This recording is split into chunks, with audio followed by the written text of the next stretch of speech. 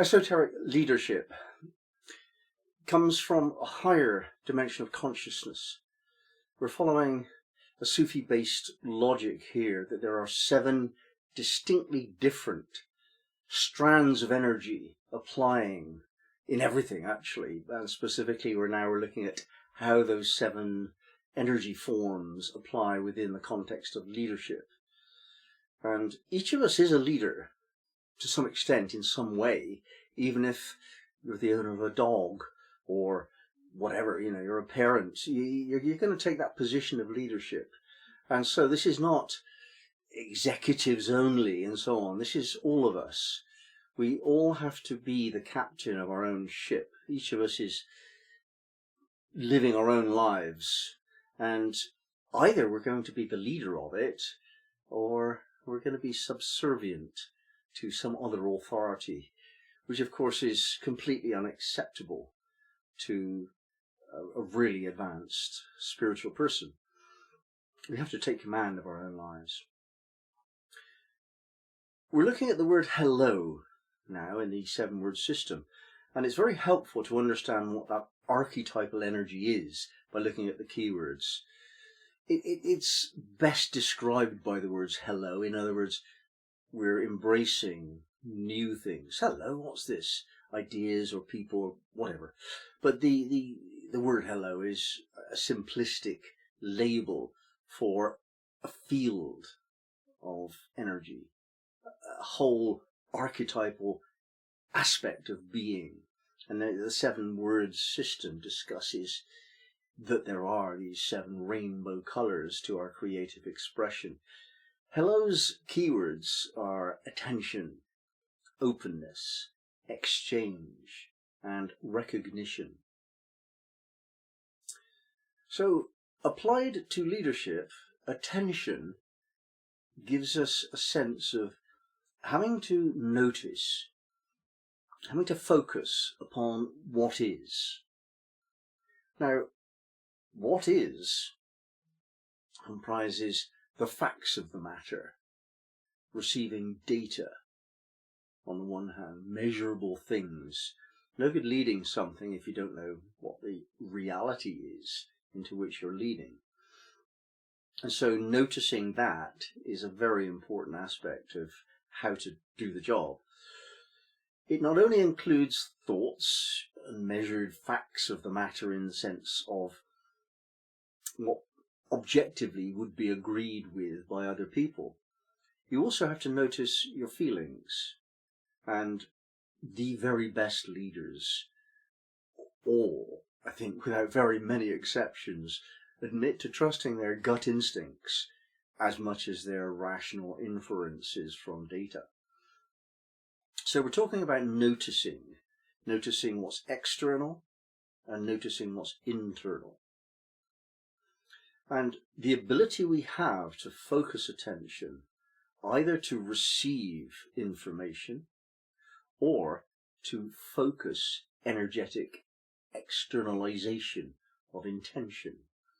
If you change your mind about which direction you're looking at, it's suboptimal. It may even be dangerous.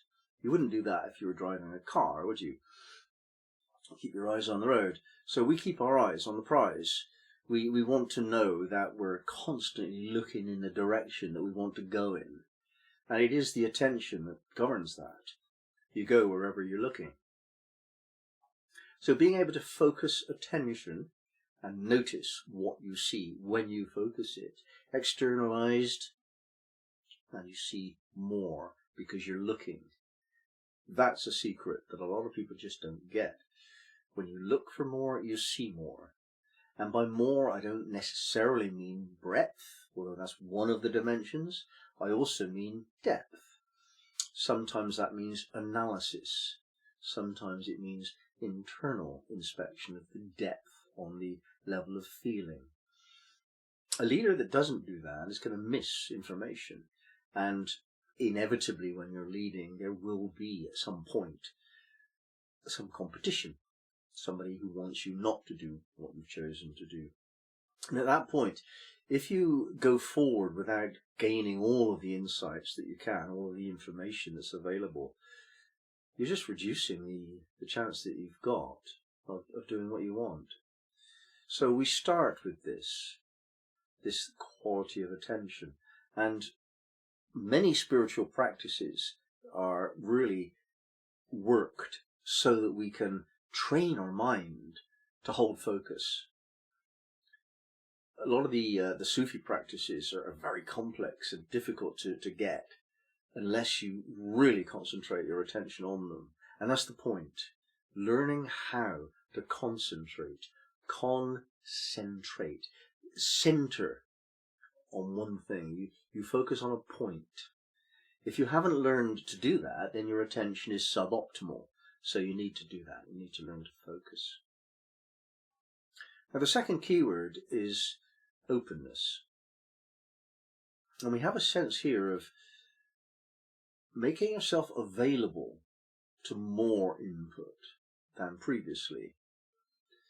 Inevitably, when you're a leader, you have a group of people that rotate around you. That's what a leader is. It's the pole of rotation of some circle, metaphorically speaking. And the circle around you always has more information, more wisdom, more inspiration of bright ideas than you have individually. So the collective group outweighs your own knowledge and so on.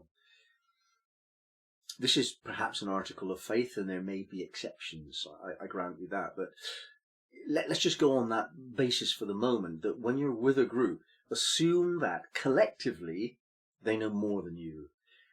That establishes right relationship with the group.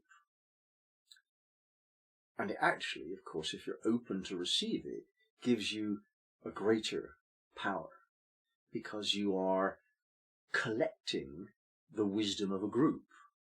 You're pulling all of the resources that exist into your available resource bank. This won't happen if you're not giving people attention. So we come back to that question. The attention that you give to the people will make a difference to how much you receive from them. If you are open to receive whatever you're offered, and you give excellent quality attention, then everyone will share with you what it is they have to offer, confidently, in a relaxed way, because they know that you're not going to be judgmental about them if they're perhaps saying something which is not well thought out or counterproductive or whatever. You have to accept that there's a process here, and that process of communication is inevitable when we're discussing the word hello. Of course it is. And that openness is that which enables us to respond to the changing times. The zeitgeist, the time spirit, is changing constantly, of course. That's what it means. And the changes that exist will be ignored unless they're acknowledged. And if you ignore the facts of the moment, how can you win? How can you lead it? You need to be open to the changes. And a group of people will have a lot more sensitivity to how the times are changing than you can alone. There's all manner of different things that influence society, the world at large, such as fashions and music and political changes and economic changes and these kind of things, trends, technology specifically. You can't be abreast of all of that. It's just too much.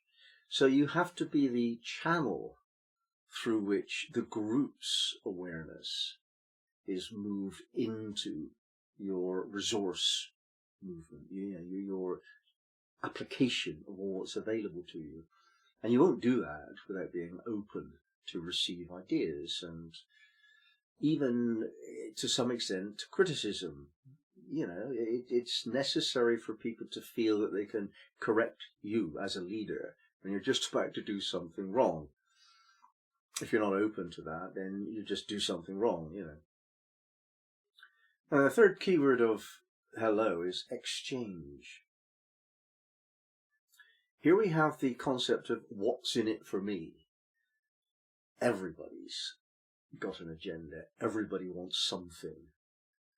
And they want something from this project that you're leading. What do they want? Well, you can ask them. You can say, what do you want from this? And some people, very few to be honest, will say exactly what they want.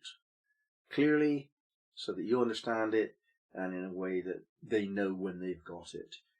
That would be wonderful if you can expect your group to have that. They won't. Believe me, they won't. So the process that you have to learn how to engineer is where you work out by discussion, by intuition, by measurement, by observation. You have to work out why this group of people would want to help you in your project. They want something from it different from what they think. They'll perhaps know, even on the outer level, I want a certain amount of money from this, and I want other things. They might know that, they probably don't, but even if they do know that, there's something deeper, something hidden within them that they don't even know that they want. And this is where leadership can become very inspired, by your being able to intuit what somebody wants from a situation. Now, that intuition is a stepping stone. It's not enough. It's necessary to check that out. You have to make sure that your intuition is valid. And there's two ways of doing this. You can just wait and see, noticing the results. Yeah, something, but it's not quite as good as having a conversation. Just talk to the people sensitively, intimately, meaningfully, clearly, and just find out if you're right. I think you want the opportunity to try this out. I imagine what you want is recognition. I imagine what you want is a creative opportunity. I imagine what you want is to share involvement with another group of people, and so on. There are all manner of reasons. People are motivated really by subtle things. They want opportunities to learn, they want opportunities to create, they want recognition and those kind of things. And this is an energetic exchange. When we're discussing the keyword exchange, really we're talking about an energetic exchange. And that can be very subtle indeed. People will do all manner of things as long as they feel they're respected and appreciated and so on. And so very often an appropriate level of exchange is just to say thank you sincerely, and that must be understood. If your exchange is to be sustainable in any long-term sense, you have to deal with that inner question of what people really want. Now we come to the keyword recognition, recognition, knowing again. And this is the clue which is rather more subtle than most things. There is within you as a leader a knowledge of yourself when your leadership energy is flowing well towards an outcome which is successful. And that is what you're trying to find, to reconnect with that, to recognize that within yourself. And you could extend that idea so that the center of yourself becomes the center of the group. Whenever a group is working together towards a collective purpose, there develops what I like to call the group soul. There's a subtle principle that the pole of the group, and you're standing in that energy, and you're the one that is the spokesperson for that energy, and you need to be the one that notices that energy so that you can speak of it. And that's the recognition that we're talking about.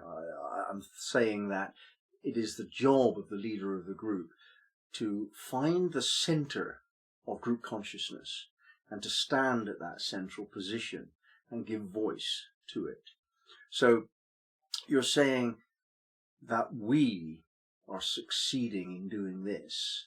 We exist as a unique energetic statement, and we're in alignment with our declared purpose. And it's one thing to notice that, and that's a big thing, to notice that there is a group center, that you're standing there, that you're speaking it. One thing to notice all of that. And it's another thing to move that central pole into alignment with the purpose that was discussed previously as the scope of your activities. If you don't do that, then you're not really in alignment with the group. When you are doing that, you're a representative of a higher being. It is no longer yourself. I am leader, and these people, they can come and go, but I'm committed, I'm staying. That's one way of holding the center. But there's something else too. There's this sense in which your job is to move the group through a process of change, as though surfing the zeitgeist. Times are changing. You may not want to keep your purpose the same as it was declared at the beginning. You might need to repurpose the group's direction. Typically, that does happen, or at least adjusting the exact definition of the purpose, if not changing it completely. And that happens because the energetic shift, the wave of change has moved. And because you're in the center of the group, you can direct the group towards recognition of the changing situation and our changing relationship to the situation, and say, look, now I think we need to move in this direction, which is, of course, the purpose of a leader, to know when to change direction. It's one of the purposes anyway. So we're discussing the word hello. This is related to the astral plane in Sufism, which is the plane of mind. So it's very much to do with thinking this through clearly, knowing the strategy, reading the information, and giving voice is all of those communication kind of things. And the purpose of hello is much more to do with expanding perception than focusing down on a goal. So expand your sense of all that there is, all that you can perceive, and so on. And then you can direct your attention much more legitimately in a sustainable way towards your purpose.